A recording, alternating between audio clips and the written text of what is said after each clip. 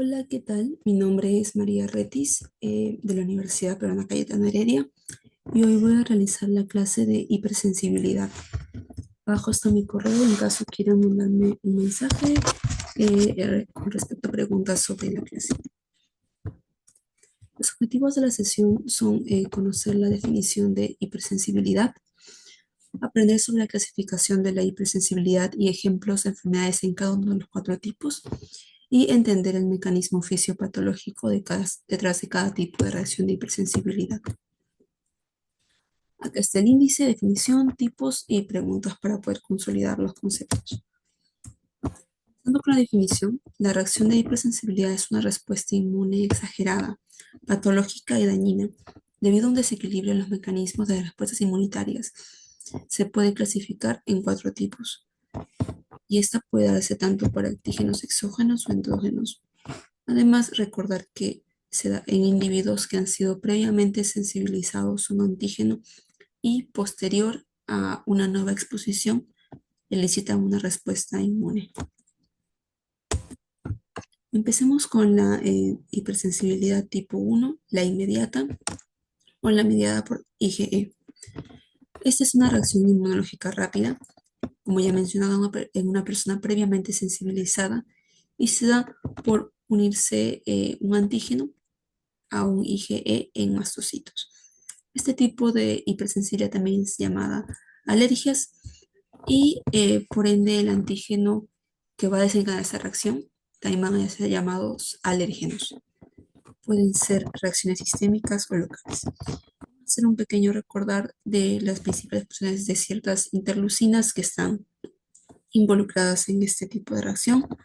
La interleuquina 4 va a hacer el cambio de isotipo, el class switching a IG, además a promover el desarrollo de más linfocitos TH2.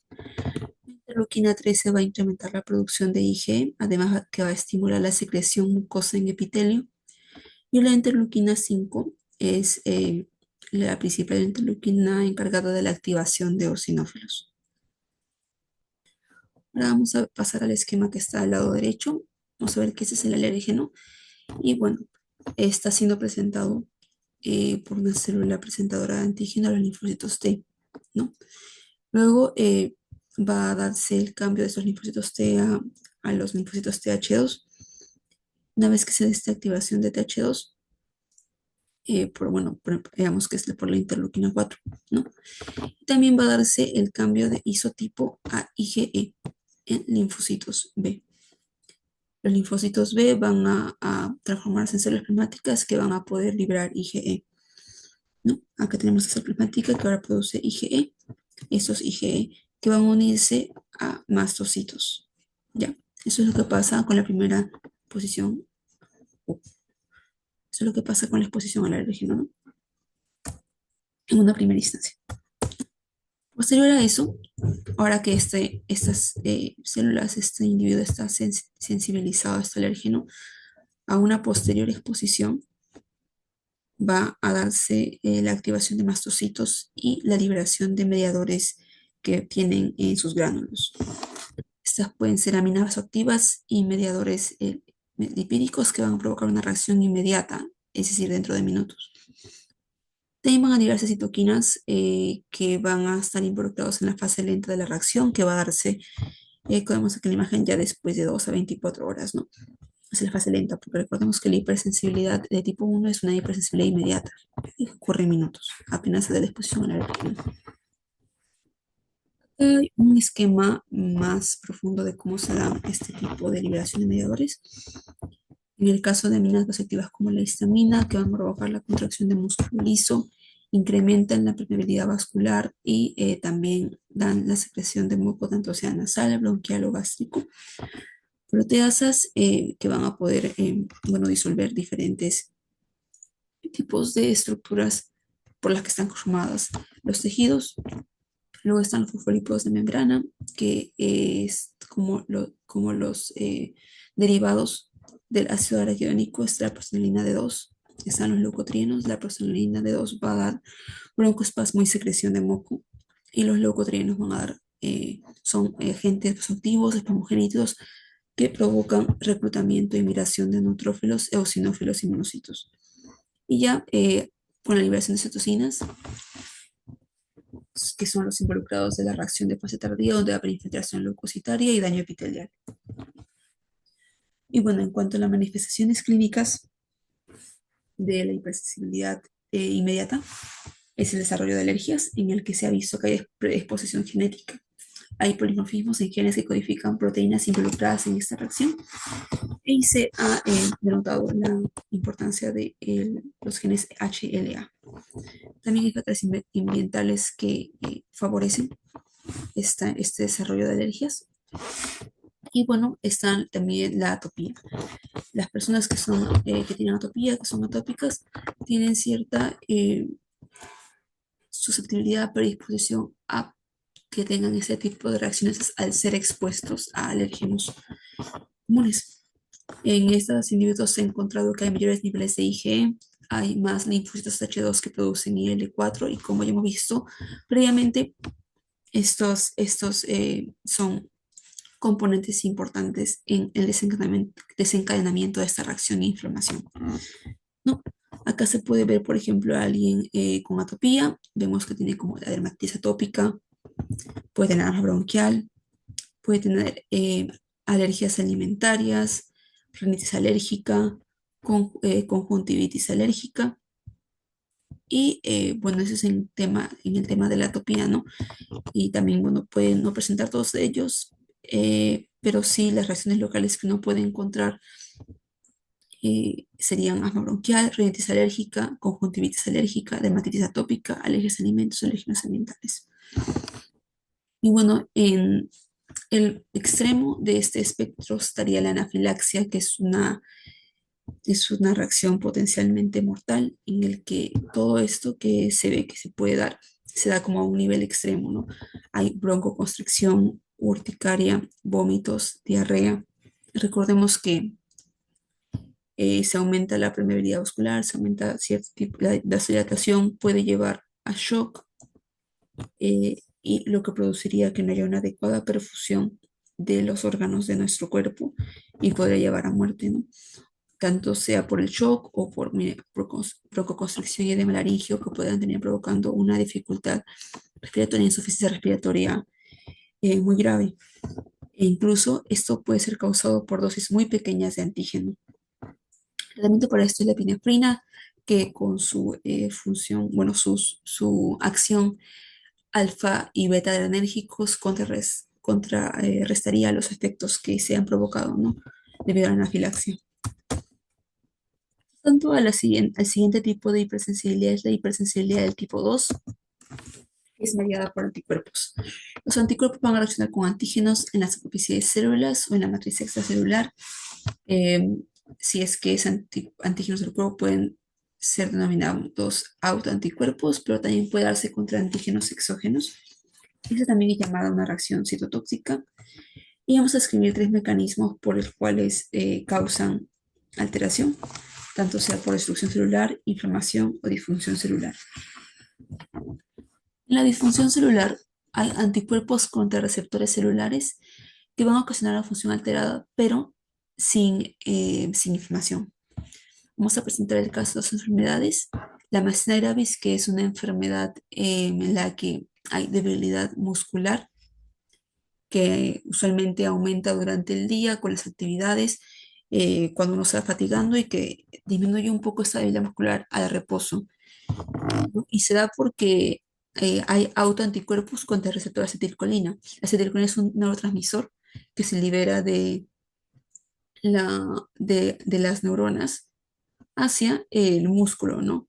Para que mediante este estímulo se desencadene la contracción muscular, pero inhiben la unión del neurotransmisor a este receptor, por lo tanto no se puede llevar a cabo esto, ¿no? Y las personas presentan debilidad muscular. Y luego también está la enfermedad de Graves, que es la causa más común de hipertiroidismo. Y en este caso hay autoanticuerpos que se unen al receptor TSH y van a estimularlo, aunque no haya presencia de como que la hormona tiroidea, ¿no? Aunque no haya presencia de hormona tiroidea en exceso, esta unión al receptor va a provocar que se haya una sobrefunción, por así decirlo, y aunque no haya la hormona, se va a presentar como hipertiroidismo. En cuanto al otro mecanismo es mediante la inflamación, cuando se depositan en tejidos fijos. Este es el anticuerpo que puede también llevar a cabo la activación del complemento, ¿no? Ellos juntos también pueden hacer que haya migración de leucocitos, reclutamiento de leucocitos, como se puede ver acá acá hay unos, y una vez que se unen, van a liberar, por ejemplo, enzimas lisosomales como proteasas que van a poder degradar membrana basal, colágeno, elastina, cartílago, y además van a liberar especies reactivas de oxígeno que van a contribuir, lo cual va a contribuir a la inflamación tisular. En el caso de activación de complemento, por ejemplo, acá se puede ver que C3A y el C5A son anafilotoxinas que también van a aumentar la permeabilidad vascular, y todo esto lleva a inflamación y daño tisular. Los ejemplos de enfermedades que funcionan mediante este mecanismo es el síndrome de Goodpasture, por ejemplo, en el que hay un daño tanto a nivel de riñones como pulmones, la fiebre reumática, en la que después de una infección por estreptococo van a producirse anticuerpos contra las células a nivel del corazón. Va a haber un daño a nivel cardíaco. También está en el rechazo de trasplante y en la vasculitis de tipo ANCA. Como último mecanismo en este tipo de hipersensibilidad tipo 2 está la opsonización y fagocitosis, en el que participan los anticuerpos, el complemento y fagocitos. Acá tenemos el IgG y al complemento, que pueden unirse a esas células y van a opsonizarlas para que luego fagocitos vengan y, bueno, las fagociten, ¿no? Y también esto es algo que puede darse por el complemento, que si se activa va a darse el complejo de ataque de membrana, que es el que está aquí, y va a provocar lisis celular por lisis osmótica. Y también tenemos a la citotoxicidad celular dependiente de anticuerpo, en el que los anticuerpos que están acá, unidos a esa célula que es la célula normal, va a hacer que se unan esas células natural killer y produzcan una lisis celular, en este caso sin fagocitosis como en el que está aquí. En los ejemplos de enfermedades que funcionan con eso, que se dan por este mecanismo, está el rechazo de trasplante, la enfermedad hemolítica de recién nacido, en el que una madre RH negativo va a producir anticuerpos contra un feto que está llevando que es RH positivo. Hay ciertos trastornos hematológicos autoinmunitarios como anemia hemolítica, granulocitosis y trombocitopenia autoinmunitarias, y también ciertas reacciones a fármacos donde estos actúan como aptenos. Los aptenos, al unirse a algún tipo de proteína dentro del cuerpo, pueden desencadenar una reacción inmunitaria. Pasamos a la hipersensibilidad de tipo 3. Esta es la mediada por inmunocomplejos. Estos complejos formados por antígeno anticuerpo van a producir daño tisular al causar inflamación en el lugar donde se depositen. Y de nuevo pueden ser antígenos exógenos o endógenos. Más frecuentemente los complejos vienen de la circulación, están rodando por ahí y luego se depositan. De manera menos frecuente, esos inmunocomplejos pueden ser formados in situ. Tienden a ser sistémicos, pero involucran preferentemente a ciertos aparatos. Por ejemplo, están los riñones, y que si se afectan van a darse glomerulonefritis, las articulaciones si se afectan van a darse artritis, y los vasos sanguíneos, y que si son afectados va a darse vasculitis.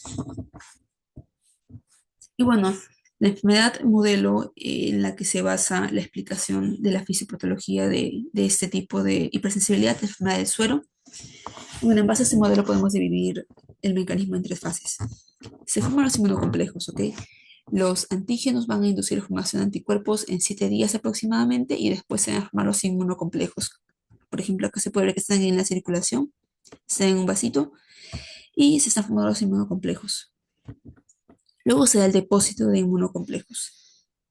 Y en cuanto a qué factores influyen la formación de estos inmunocomplejos y cuáles van a ser quienes desencadenan estas reacciones inflamatorias, se postula que los inmunocomplejos medianos, que están formados en condiciones de exceso de antígeno, son más patogénicos. Y en referencia a lo previamente mencionado de cuáles son los lugares, los tejidos que se ven más afectados por los inmunocomplejos, eh, acá está una explicación. A nivel de los riñones y a nivel de las articulaciones, se está filtrando sangre a altas presiones para formar otros fluidos. En el caso de los riñones, se da la filtración para que se forme la orina. Y en el caso de las articulaciones, se está filtrando la sangre para formar el líquido sinovial. Y es por eso que se teoriza, ¿no? De que esas son los tejidos, los órganos que se ven más afectados en el caso de la hipersensibilidad tipo 3. Y bueno, la vasculitis también, ¿no? Que se da si es que hay inflamación de los vasos sanguíneos. Y en la fase 3 es la inflamación de daño tisular. Es una reacción inflamatoria aguda que se da aproximadamente a los 10 días después de que se introduce el antígeno por mecanismos mediados por anticuerpos. La clínica que se puede ver la fiebre, bueno, por inflamación, urticaria a nivel de la piel, dolor articular, linfadenopatías, que es cuando se agrandan los nódulos o ganglios linfáticos, y proteinuria. Proteinuria porque si es que hay un daño al glomérulo, que es el que se encarga de filtrar la sangre para que dé paso a orina, este daño que se da a nivel del glomérulo hace que no filtre las cosas bien y pueden escaparse algunas cosas. En este caso, si se escapa la proteína, daría proteinuria. Y una manera de preguntar, obviamente se necesita examen de laboratorio para ser más específicos, ¿no? Pero uno puede preguntar si es que el paciente ha notado de que hay espuma en su orina. Y bueno, hablando sobre la enfermedad del suero, que es la enfermedad modelo para este mecanismo fisiopatológico, es poco común actualmente. Antes era una secuela frecuente a la administración de suero de caballos que estaban inmunizados contra la difteria, pero ahora es poco común, se puede ver en personas que reciben anticuerpos monoclonales o inmunoglobulinas de otras especies, por ejemplo, antitoxinas, en el caso de antitoxina para la rabia, antitoxina para el tétanos. Todavía se puede ver la enfermedad, ¿no? Aunque ya es poco común. Ejemplos de otras enfermedades, está el lupus, en el que se atacan antígenos nucleares y se forman inmunocomplejos de autoanticuerpos contra esos antígenos nucleares, ¿no? La glomerulonefritis post-estreptocócica, algunas vasculitis como la poliarteritis nodosa, la vasculitis IgA, artritis reactiva por anticuerpos contra antígenos bacterianos y luego la formación de inmunocomplejos de estos dos. La reacción de Arthus, que es una reacción local. Eh, en cuanto al tema del complemento y su relación como a clínica, este complemento puede ser detectado en el lugar afectado, es decir, en el tejido, ¿no? Afectado, y también que en la fase activa de la enfermedad se puede ver bajos niveles séricos debido al consumo de este mismo, ¿no? Para la inflamación. En el lupus eritematoso sistémico, por ejemplo, si es que la persona está en fase activa de la enfermedad, esto tiene cierta correlación con niveles bajos de C3 y C4. Pasando al último tipo de hipersensibilidad, que es la tipo 4, mediada por linfocitos T. Esta es mediada por células y se da por inflamación por citoquinas liberadas por estos linfocitos T. El prototipo de esta reacción es la reacción de hipersensibilidad retardada. Eh, Ejemplos de enfermedades que funcionan mediante este mecanismo es la artritis reumatoide, la esclerosis múltiple, la diabetes mellitus tipo 1, enfermedad inflamatoria intestinal, psoriasis, que es una afectación en la piel, dermatitis por contacto. En este caso, por ejemplo, algo que fácil han escuchado es de que a uno le aparece con dermatitis por hiedra venenosa. En este caso, a lo que reaccionan como antígeno sería al urushiol, quinidina venenosa, y luego el paciente, eh, horas ya después, ¿no? Recordemos que es una reacción tardía, va a presentar lesiones bastante prolíficas, vesiculares y eritematosas. Tiroiditis de Hashimoto, reacciones cutáneas severas como Steven-Johnson syndrome o la necrólisis epidémica tóxica, rash por medicamentos y el rechazo de trasplante. También hay una prueba de la que seguramente han escuchado, que es la prueba de tuberculina, PPD o la reacción de Mantoux, en la que lo que se quiere buscar es que se dé una exposición previa al bacilo de la tuberculosis, ¿no? Lo que se hace es que se inyecta acá de manera en que se forma una pápula y en alguien que está sensibilizado previamente, o sea que sí se ha visto expuesto a las 24 a 72 horas, se va a dar una induración y eritema de la zona eh, por acumulación de linfocitos y macrófagos alrededor de las glándulas, ¿no? Esto es una prueba en la que se puede ver este tipo de mecanismo, ¿no? Ahora vamos a hablar un poco sobre cómo es la fisiopatología. Bueno, tenemos que las células presentadoras de este antígeno van a unirse con los linfocitos T, ¿no? Y una vez que esos linfocitos T van a reconocer esas células presentadoras de antígeno, van a liberar interleuquina 2, lo cual va a estimular la proliferación de linfocitos T, de más linfocitos T con respuesta a este antígeno.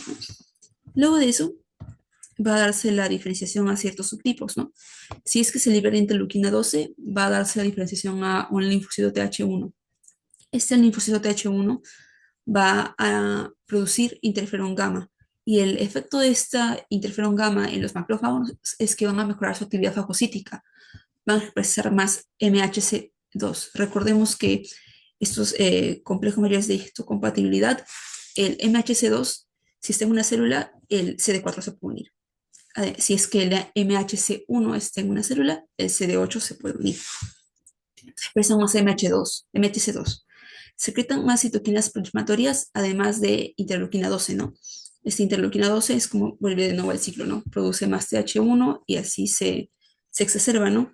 Esta reacción, cuya función principal eventualmente sería eliminar el antígeno. Si es que es la interleuquina 1, la interleuquina 6, la interleuquina 23 las que se liberan, va a haber una diferenciación en un linfocito TH17. Este linfocito TH17 va a producir interleuquina 17, interleuquina 22 y otras citoquinas que van a reclutar neutrófilos y monocitos, ¿no? Acá se puede ver más o menos cómo se da. Y esto es lo que provoca la respuesta inflamatoria tardía. Luego está la que es en base a CD8, porque la anterior era en base a CD4. En el caso de CD8, la citotoxicidad es mediada por células que causan una destrucción directa de la misma. Por la vía intrínseca, pueden identificar a estas células y van a liberar proteínas irancinas, lo cual va a activar la vía de las caspasas y va a llevar a la apoptosis. Por la vía extrínseca pueden unirse el Fas ligando y el Fas receptor, también dará apoptosis, o también puede provocar la liberación de citoquinas y el reclutamiento de macrófagos, ¿no? Y lo que va a provocar en esa célula eventualmente es que haya una menor replicación viral, porque este CD8 está bastante relacionados con los antígenos de los virus. Habrá una menor replicación viral y además que habrá una mayor expresión de MHC1. Recordemos que la MHC1 es la manera en la que el CD8 se puede unir a esas células, ¿no? Y de esta manera se da la respuesta inflamatoria tardía en estos linfocitos T CD8. Y cuando terminamos con la parte teórica, vamos a pasar a las preguntas. Eh, una vez que pasemos a preguntas, vamos a poder considerar un poco más los conocimientos, ¿no? En la pregunta 1 pueden ponerle pausa ahorita si quieren responderla. Yo voy a empezar a leer ahorita para responderla. A la consulta con una mujer de 23 años manifestando dolor en los dedos de las manos, malestar general y pérdida de peso. Al profundizar en el interrogatorio descubre que ha notado presencia de espuma en su orina, pérdida de cabello. Además, usted en examen físico nota palidez conjuntival y un rash eritematoso en el rostro que respecta a los surcos nasogenianos. Ordena anticuerpos antinucleares y otros exámenes de laboratorio, donde uno de los marcadores que se encuentra disminuido. Y eso usted le demuestra la fase activa de la enfermedad. Ahora, mencione cuál es y qué tipo de hipersensibilidad se ve involucrada en la fisiopatología de esta enfermedad. La respuesta acá es el C3 y C4 para la hipersensibilidad tipo 3.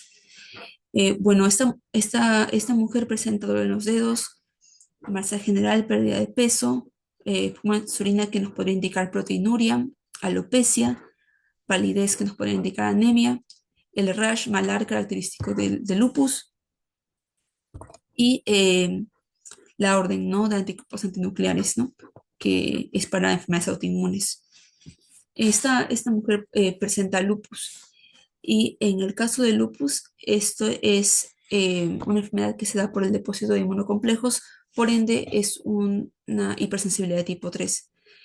Y recordemos que en la hipersensibilidad de tipo 3 y en el lupus hay una activación de complemento y por esta misma activación del complemento que se da de manera bastante exagerada por toda la información que se está dando, va a encontrarse disminuido a nivel sérico. Entonces C3 y o el C4 pueden encontrarse disminuidos y en el caso del lupus esto es un marcador que nos demuestra de que hay fase activa de la enfermedad. Como pregunta 2, pueden ponerle pausa ahorita, yo la voy a leer. Usted participa como investigador principal de un estudio sobre myasthenia gravis, una enfermedad que se caracteriza por debilidad muscular que empeora con la actividad y mejora con el descanso. Como parte de la investigación, usted revisa diferentes estudios realizados a los pacientes y recuerda sus clases de fisiopatología. Menciona el mecanismo de la enfermedad y el tipo de hipersensibilidad. La respuesta para esto es la B, autoanticuerpos contra el receptor ACH, acetilcolina, y sería una hipersensibilidad tipo 2. Recordemos que en el caso de la myasthenia gravis hay autoanticuerpos contra el receptor de acetilcolina, lo cual impide que este neurotransmisor se una a su receptor y provoque una respuesta normal a nivel de la unión neuromuscular, ¿no? Que se manifiesta con debilidad muscular en estos pacientes. Como son autoanticuerpos, anticuerpos los que median esta reacción de hipersensibilidad, es un tipo de hipersensibilidad de tipo 2.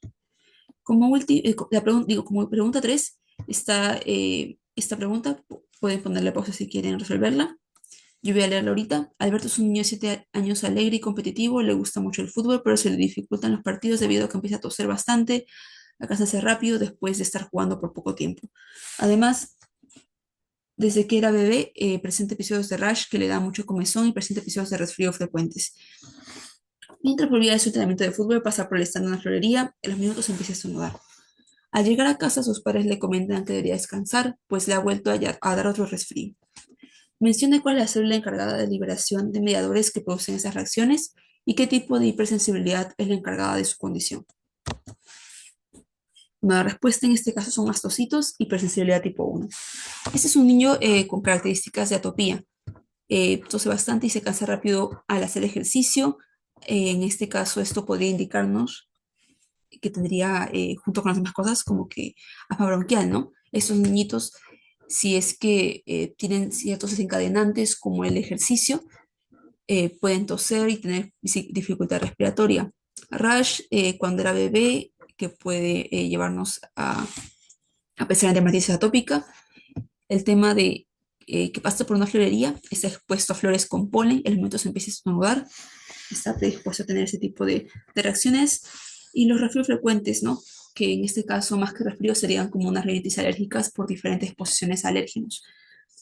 Y la célula encargada en este caso serían mastocitos, ¿no? Recordemos que es una reacción mediada por IgE y la IgE mediada es la IgE que está unida a esos mastocitos cuando es expuesta a un alérgeno previa sensibilización va a provocar la activación de esos mastocitos y la liberación de mediadores que van a llevar a inflamación, ¿no? El tipo de hipersensibilidad es la inmediata o tipo 1. Ahora sí, como última pregunta, pueden ponerle pausa, yo voy a leerlo ahorita. Camila acude el lunes al tópico de enfermería de su escuela con las siguientes lesiones, ¿no? El día anterior refiere que estuvo en una reunión familiar al aire libre, en un parque, refiere que estuvo con sus primos a las escondidas hasta la noche. Esta mañana despertó con esas lesiones eritematosas y vesiculares. Además menciona que le da mucha comezón. Menciona en qué prueba o estudio se utiliza el mismo mecanismo de ese tipo de reacción de hipersensibilidad. La respuesta es la prueba de Mantoux. Esta niña presenta una dermatitis por estar en contacto con hiedra venenosa. Los inicios son de que está en el parque, se estuvo jugando a las escondidas, probablemente estuvo detrás de arbustos, de árboles, eh, y que inmediatamente no sucede esta reacción, ¿no? A la mañana siguiente, o sea, horas ya después, es que le aparecen estas lesiones eritematosas y vesiculares altamente pruriginosas. Entonces, esto nos hace pensar en el tipo de hipersensibilidad tipo 4, ¿no? La tardía. ¿Y qué otra prueba utiliza este mismo mecanismo, ¿no? La prueba de Mantoux, la prueba de PPD o de tuberculina, en la que después de 24 a 72 horas podemos ver que se da el eritema y la induración del lugar en el que se ha colocado la inyección, lo que nos demuestra una previa exposición del paciente a estos antígenos. Y bueno, eso sería todo por la clase de hoy. Acá les dejo la bibliografía y si tienen cualquier pregunta, pueden colocarla, pueden mandarla a mi correo, pueden colocarla en los comentarios. Acá están las redes sociales del SEC, si es que quieren ver los videos. Y muchas gracias.